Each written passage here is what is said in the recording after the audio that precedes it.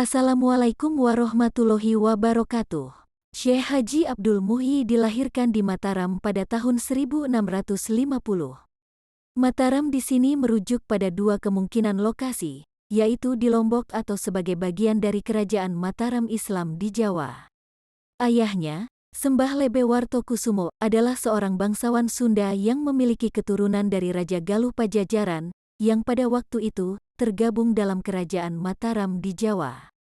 Ibunya, bernama Raden Ajeng Tangan Siah, berasal dari keluarga bangsawan Mataram, dan garis keturunannya dapat ditelusuri hingga Syekh Ainul Yakin atau Sunan Giri pertama. Syekh Abdul Muhyi adalah seorang tokoh yang dianggap sebagai waliullah dan dihormati oleh masyarakat pesantren. Beliau merupakan tokoh kunci yang membawa Torekot Syatariah pertama kali ke Pulau Jawa. Lebih dikenal dengan sebutan Haji Karang, karena pernah melakukan uzlah dan kholwat di Gua Karang. Kalimat Sayyiduna Syekh Al-Hajj Waliullah Rodiyallahu terukir di pintu gerbang makamnya, yang berlokasi di Pamijahan, Tasikmalaya. Ketika berusia 19 tahun, Syekh Abdul Muhyi memutuskan untuk meninggalkan kampung halamannya dan pergi merantau ke Aceh. Di sana, beliau menjadi murid dari Syekh Abdul Rauf Singkil bin Abdul Jabar, seorang ulama sufi yang juga menjadi gurunya dalam Torekot Syatariah. Selama 6 tahun lamanya beliau mempelajari pendidikan, khususnya agama Islam. Setelah menimba ilmu di Aceh, Syekh Abdul Muhyi bersama rekan-rekan di sekolahnya, diantarkan oleh seorang guru ke Baghdad, Irak, untuk mendalami pengetahuan agama, dan melakukan ziarah ke makam Syekh Abdul Qadir Jailani.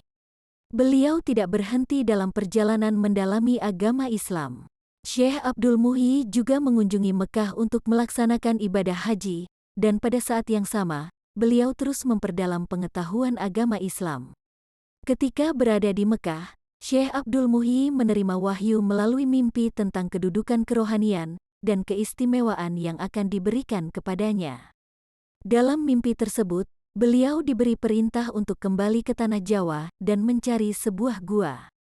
Setelah menyelesaikan ibadah haji, Syekh Abdul Muhyi pulang ke Jawa dan menikah. Pada suatu kesempatan, Syekh Abdul Muhyi mengenang kembali mimpinya yang menginstruksikannya untuk mencari sebuah gua. Tanpa ragu, beliau berangkat ke arah barat bersama istrinya. Akhirnya, mereka tiba di sebuah daerah yang dikenal sebagai Dharma Kuningan, dan memutuskan untuk tinggal di sana selama beberapa tahun. Setelah mendengar bahwa Syekh Abdul Muhyi telah menetap di Dharma Kuningan, orang tua beliau memutuskan untuk bergabung dan tinggal bersamanya di sana.